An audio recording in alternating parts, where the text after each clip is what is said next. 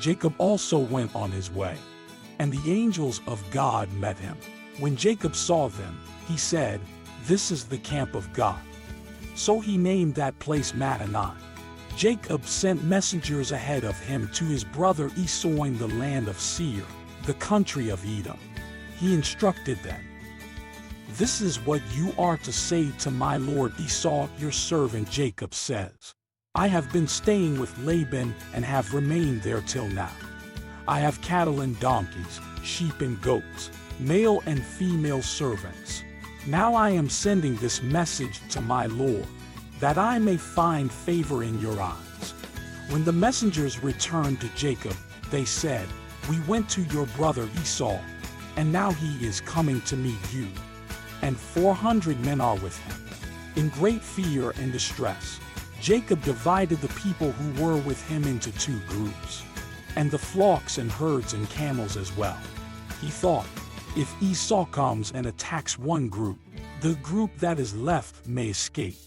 Then Jacob prayed, "O God of my father Abraham, God of my father Isaac, Lord, you who said to me, 'Go back to your country and your relatives, and I will make you prosper.' I am unworthy of all the kindness and faithfulness you have shown your servant. I had only my staff when I crossed this Jordan, but now I have become 2 camps. Save me, I pray, from the hand of my brother Esau, for I am afraid he will come and attack me, and also the mothers with their children. But you have said, 'I will surely make you prosper, and will make your descendants like the sand of the sea, which cannot be counted.'" He spent the night there, and from what he had with him, he selected a gift for his brother Esau: 200 female goats and 20 male goats, 200 ewes and 20 rams, 30 female camels with their young, 40 cows and 10 bulls, and 20 female donkeys and 10 male donkeys. He put them in the care of his servants, each herd by itself, and said to his servants, "Go ahead of me, and keep some space between the herds." He instructed the one in the leg, "When my brother Esau meets you and asks, 'Who do you belong to, and where are you going, and who owns all these animals in front of you?' then you are to say, 'They belong to your servant Jacob. They are a gift sent to my lord Esau, and he is coming behind us.'"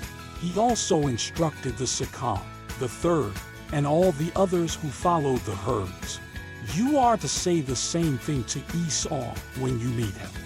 And be sure to say, 'Your servant Jacob is coming behind us.'" For he thought, "I will pacify him with these gifts I am sending on ahead. Later, when I see him, perhaps he will receive me." So Jacob's gifts went on ahead of him, but he himself spent the night in the camp. That night Jacob got up and took his 2 wives, his 2 female servants, and his 11 sons, and crossed the ford of the Jabbok. After he had sent them across the stream, he sent over all his possessions. So Jacob was left alone, and a man wrestled with him till daybreak.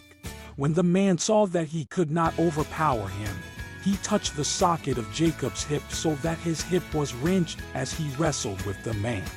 Then the man said, "Let me go, for it is daybreak." But Jacob replied, "I will not let you go unless you bless me." The man asked him, "What is your name?" "Jacob," he answered. Then the man said, "Your name will no longer be Jacob, but Israel, because you have struggled with God and with humans and have overcome." Jacob said, "Please tell me your name." But he replied, "Why do you ask my name?" Then he blessed him there. So Jacob called the place Peniel, saying, "It is because I saw God face to face, and yet my life was spared." The sun rose above him as he passed Peniel, and he was limping because of his hip. Therefore to this day the Israelites do not eat the tendon attached to the socket of the hip, because the socket of Jacob's hip was touched near the tendon. Then Jacob looked up and saw Esau coming with his 400 men. So he divided the children among Leah, Rachel, and the 2 female servants. He put the female servants and their children in front, Leah and her children next, and Rachel and Joseph in the rear. He himself went on ahead and bowed down to the ground 7 times as he approached his brother. But Esau ran to meet Jacob and embraced him. He threw his arms around his neck and kissed him. And they wept.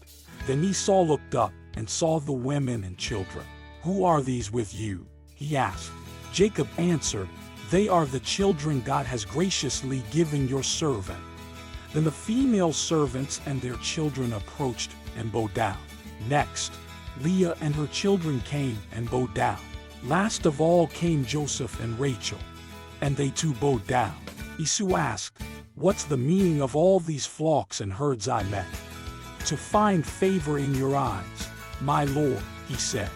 But Esau said, "I already have plenty, my brother.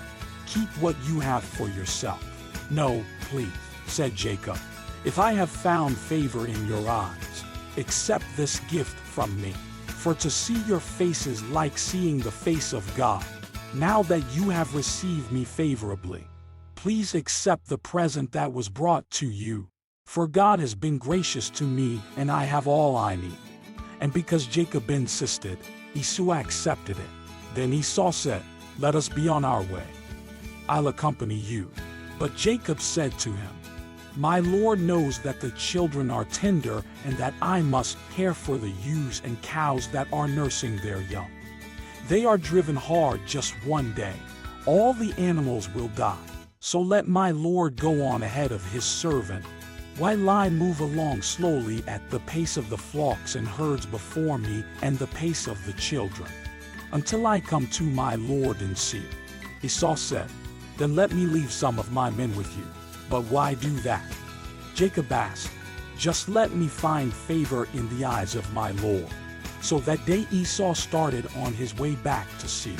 Jacob, however, went to Succoth, where he built a place for himself and made shelters for his livestock.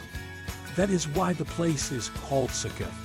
Where Jacob came from Paddan Aram, he arrived safely at the city of Shechem in Canaan and camped within sight of the city.